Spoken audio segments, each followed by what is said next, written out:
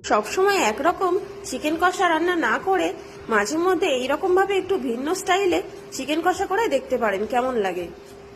যারা বলে মুরগির মাংসের ভিতরে মশলা ঢোকে না, এই রেসিপিটা ঠিক তাদের জন্য। এখানে একটি পাত্রের মধ্যে আমি টক দই, 2টি টমেটো কেটে নিয়েছি, কাজু বাদাম, চীনা বাদাম নিয়েছি, 2 চামচ আদা ও রসুন বাটা নিয়েছি। তোমরা এখানে চাইলে শুধু চীনা বাদাম দিয়েও রেসিপিটা করতে পারো। তারপরে এর মধ্যে আমি 6-7টা মতো শুকনো লঙ্কা অ্যাড করে দেবো। তোমরা যে যেরকম ঝাল খাও সেই রকম অনুযায়ী শুকনো লঙ্কা ইউজ করতে পারো। ভালো করে 3-4 মিনিট মতো ফুটিয়ে নামিয়ে নেব। তারপর এখানে আমি আগে থেকে পেঁয়াজ বেরেস্তা করে রেখেছিলাম। এখানে আমি 2টো পেঁয়াজের বেরেস্তা করে নিয়েছি এবং সবগুলি নিয়ে একসঙ্গে মিক্সিতে দিয়ে ব্লেন্ড করে নেব। এখানে আমি পরিমাণ মতো সরষের তেল নিয়ে নিয়েছি এবং 2টি তেজপাতা, 2টি শুকনো লঙ্কা ও হাফ চা চামচের মতো গোটা জিরে দিয়ে দিচ্ছি তেলের মধ্যে।